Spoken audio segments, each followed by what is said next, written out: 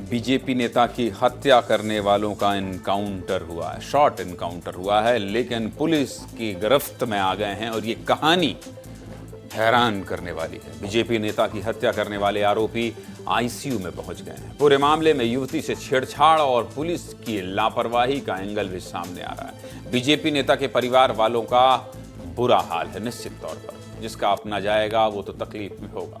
और प्रदेश के मुखिया डॉक्टर मोहन यादव ने इस मामले में सख्त कार्रवाई की बात कही है। पूरी खबर आपको बता देता हूं, ग्राउंड से लेकर आईसीयू तक की एक तस्वीर दिखा देता हूं। मंगलवार को कटनी के कैमूर नगर में बीजेपी नेता नीलेश रजक की हत्या की गई। 2 नकाबपोश बदमाश बाइक से आए और फायरिंग करके भाग गए। इन बदमाशों ने बीजेपी नेता के सीने पर गोली मारी, जिसकी वजह से उनकी मौत हो गई। ये घटना सुबह करीब 11 बजे बैंक ऑफ बड़ौदा के पास की और आप जो सीसीटीवी वीडियो देख रहे हैं ये उसी घटना का वीडियो है। मृतक नीलेश रजक पिछले 18 सालों से बीजेपी से जुड़े हुए थे। 2023 में उन्हें पार्टी ने पिछड़ा मोर्चा का मंडल अध्यक्ष नियुक्त किया था। इसके साथ ही उन्हें बूथ अध्यक्ष की जिम्मेदारी भी सौंपी गई थी। इसके अलावा नीलेश बजरंग दल और विश्व हिंदू परिषद से भी जुड़े हुए थे। जैसे ही नीलेश की हत्या की खबर मिली तो पूरे इलाके में तनाव का माहौल बन गया। बजरंग दल, विश्व हिंदू परिषद और परिजनों ने थाने के बाहर हंगामा शुरू कर दिया।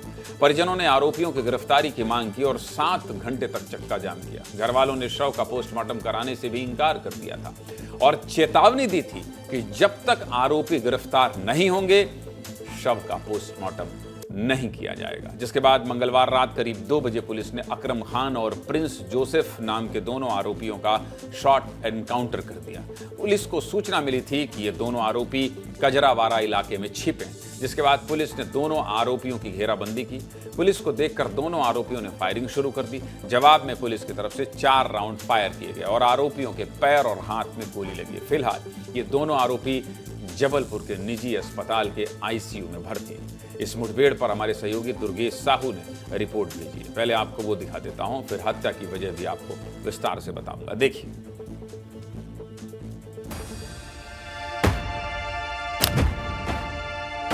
मैं वो तस्वीर आपको दिखा रहा हूं उस घटना स्थल की जहां ये पूरा घटनाक्रम अंजाम दिया गया था। जिस जगह पर आप ये बैरिकेडिंग देख रहे हैं या पुलिस की स्ट्रिप देख रहे हैं, एनकाउंटर को अंजाम दिया गया है। और ये जो स्पॉट है, ये स्पॉट है कजरवाड़ा टिगड्डा कहलाता है। घटनाक्रम यही होता है। इस दिशा से अपराधी आते हैं, यहाँ पर पुलिस घेराबंदी करके खड़ी रहती है। पुलिस को देखते हैं, अपराधी गन निकालते हैं और पुलिस पर क्रॉस फायरिंग करना शुरू कर देते हैं। और इस जगह पर आकर वो टूट जाते हैं और फिर यहाँ पर आप ये खून के धब्बे जो इस बात की गवाही दे रहे हैं, यही वो घटनाक्रम है जहाँ पर अपराधियों का शॉर्ट एनकाउंटर किया जाता है।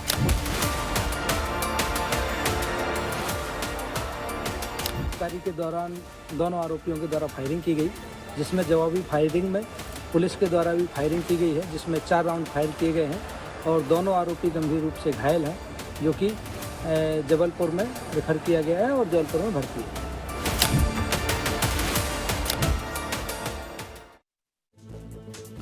मंगलवार को इस घटना के बाद मुख्यमंत्री डॉक्टर मोहन यादव ने एक्स पर पोस्ट किया था और साफ शब्दों में कहा था कि कानून व्यवस्था से जो भी खिलवाड़ करेगा उसका अंजाम बुरा ही होगा। सीएम ने कटनी के प्रभारी मंत्री राव उदय प्रताप सिंह से पीड़ित के घर जाने के लिए भी कहा था, जिसके बाद बुधवार को राव उदय प्रताप सिंह नीलेश के परिवार से मिलने पहुंचे और ये आश्वासन दिया कि परिवार के एक सदस्य को सरकार नौकरी और आरोपियों को सख्त से सख्त सजा मिलेगी। बीजेपी के प्रदेश अध्यक्ष हेमंत खंडेलवाल और सांसद वीडी शर्मा ने भी इस मामले में पुलिस के आला अधिकारियों से बात कर कड़ी कार्रवाई की मांग की।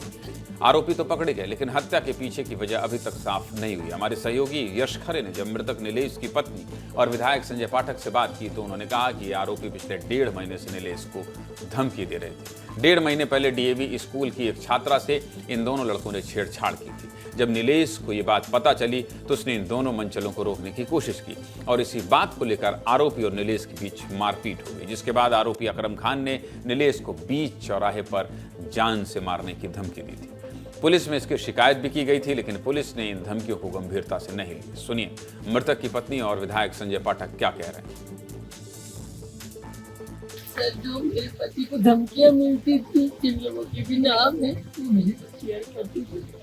राशि, राशक, नवाब और भी कुछ लोगों के नाम मैंने दिए हुए हैं। FIR देख लीजिए, वही सब लिखाया है, मैंने अलग से कुछ नहीं लिखाया। हिंदू थे, कट्टर हिंदू थे, मेरे पति कट्टर हिंदू, हम कट्टर हिंदू की पत्नी है शायद, इसलिए हमको नतीजा मिला ये। अभी उसको जब ये खबर मिली कि लड़कियों के साथ छेड़खानी कुछ लड़के करते हैं नशे के हालत में, तो वो स्कूल पहुंच गया। स्कूल के गेट पे जैसे गेट से लड़कियां निकलना चालू हुई, लड़का आया, इतने वही पकड़ के उसको उसकी झूमा झटकी हुई।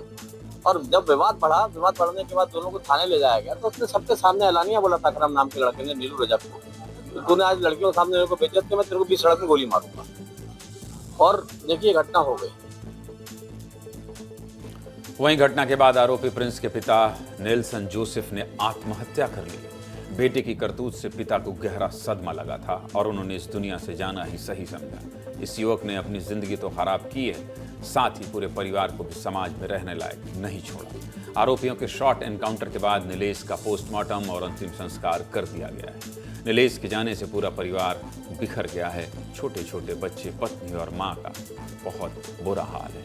इस मामले में कैमूर थाना प्रभारी अरविंद चौबे और प्रधान आरक्षक प्रेम शंकर पटेल को लाइन अटैच भी कर दिया गया है। सुनिए नीलेश के परिजनों का क्या कहना है।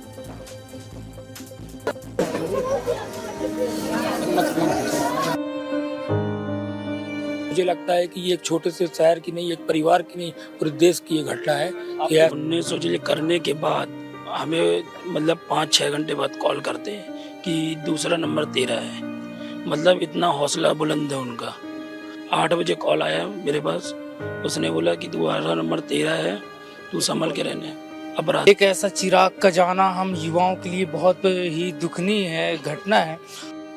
हम लोग का तो यही है कि जो भी इस घटना के पीछे है उनके ऊपर कार्रवाई होना चाहिए।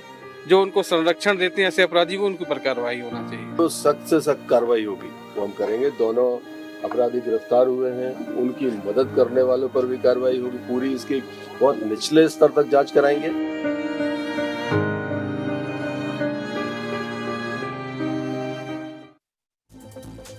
सीधे मुद्दे की बात यही कि आरोपियों को पकड़ा जा चुका है और जैसा सीएम ने कहा कि मध्य प्रदेश में कानून से खिलवाड़ बिल्कुल बर्दाश्त नहीं किया जाएगा।